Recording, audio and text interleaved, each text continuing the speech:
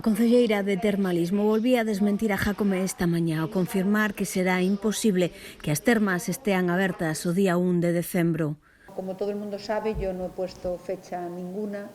y siempre he apelado a la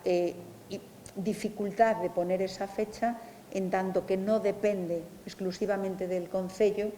pues el que se puedan acometer estas obras. Dependemos de las autorizaciones de otras administraciones, dependemos de empresas externas, privadas, que serán contratadas por el concello para hacer estas obras y, por lo tanto, sería una imprudencia por mi parte, y yo así ya lo he manifestado, el aventurarme a dar una fecha que yo misma, que no depende de mí ni de los técnicos que forman parte de la Concejalía de Turismo y Termalismo. No caso das termas ubicadas ao carón do río, están pendientes das autorizacións correspondentes por parte da Confederación Hidrográfica Miñosil para poder levar a cabo as obras necesarias para a súa adaptación á nova normativa legal. Tanto la Confederación Hidrográfica no autorice esas obras, como todo el mundo sabe, las instalaciones termales están en el margen del río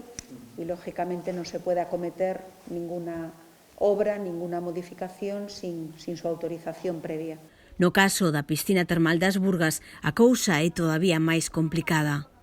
El proyecto está presentado también,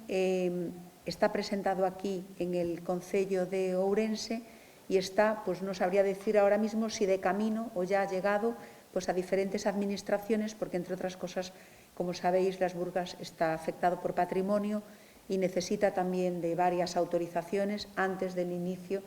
de las obras.